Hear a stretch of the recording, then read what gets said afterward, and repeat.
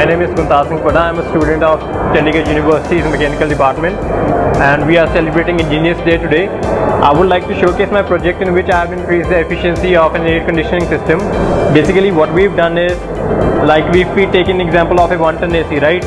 Our AC would be providing the same efficiency, but as compared to the AC of capacity 1.4 ton, we have increased its efficiency to 1.4 times, right? So what we basically have done is we have incorporated a water cooling system into it. Though the water cooling system have been incorporated before, but ACs of very big capacities, the ACs which are employed in theaters or shopping malls. But this is for the first time we've incorporated this kind of technology into AC of much smaller capacity, the ACs that can be used in daily household routines. So initially we came up with an idea to use water as a coolant for the water cooling system.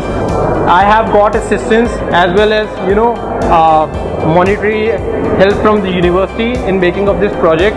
My teachers, my dean, my HOD has consistently helped in development of this project. More to it, the university was way too much assisting in development of this whole project. Thank you Chandigarh University. My name is Rahul Singh. I am from Mechanical Department. Today we are celebrating Engineers Day. My project is collision and mitigation of braking system. This project can save a lot of lives because it can detect obstacles up to 10 meters ahead. So if the vehicle is moving at a speed of 50 or 60 km per hour and the obstacle is 10 meters ahead of it, it will reduce the speed to 40 km per hour.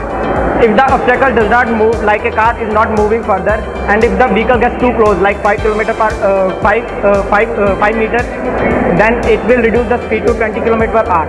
If the vehicle gets too close to the obstacle, like near 2 meters, it will shut off the engine and apply brakes to avoid the collision. This is a project created by myself and my teammate Ifrit Kaur. This project just says that it can be operated completely by our head. If a person is not having his hand as well as his legs, it can be completely operated through head. Basically, it has many of the sensors in it, and it has been completely designed by myself in our Chandigarh University.